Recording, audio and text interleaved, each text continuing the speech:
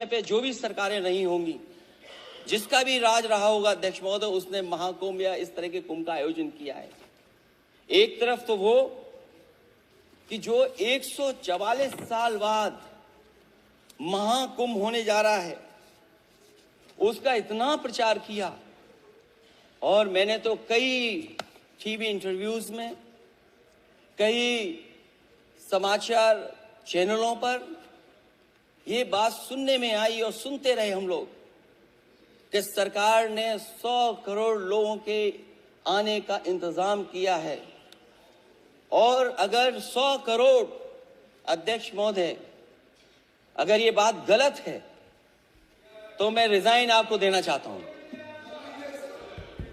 अगर अध्यक्ष महोदय, ये माननीय सदस्य लोग अगर ये नहीं सुन पा रहे हैं तो मैं इनको एक एक को, आप नहीं गए स्नान करने, आप स्नान करने नहीं गए, इसीलिए इस तरह की भाषा का इस्तेमाल कर रहे हैं। अध्यक्ष महोदय, ये कहा गया कि 144 वर्ष के बाद ये हो रहा है। जहां तक मेरी समझ और जानकारी कहती है, जो एस्ट्रोनॉमी और एस्ट्रो चीजों को समझते होंगे वो ये स्वीकार करते होंगे, जो भी कुंभ होता होगा वो 144 वर्ष के बाद ही होता होगा। लेकिन ये कहा गया कि नक्षत्र ऐसे हैं, तो मैं अध्यक्ष महोदय सरकार से कहना चाहता हूं कि सतयुग से लेकर के कलयुग तक ये सनातन परंपरा रही है कि संत महात्मा साधु समाज मुहूर्त के हिसाब से शाही स्नान करते हैं। उसमें नक्षत्रों के हिसाब से जो सहयोग बनता है वही शाही स्नान का मुहूर्त होता है। लेकिन भाजपा के राज में ये सनातन परंपरा टूट गई।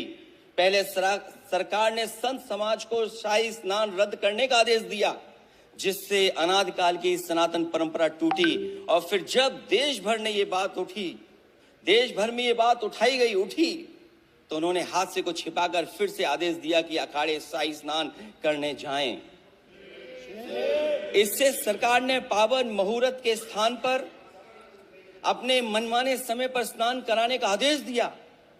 बात उस दिन या तिथि की नहीं होती है, बल्कि निश्चित मुहूर्त काल की होती है।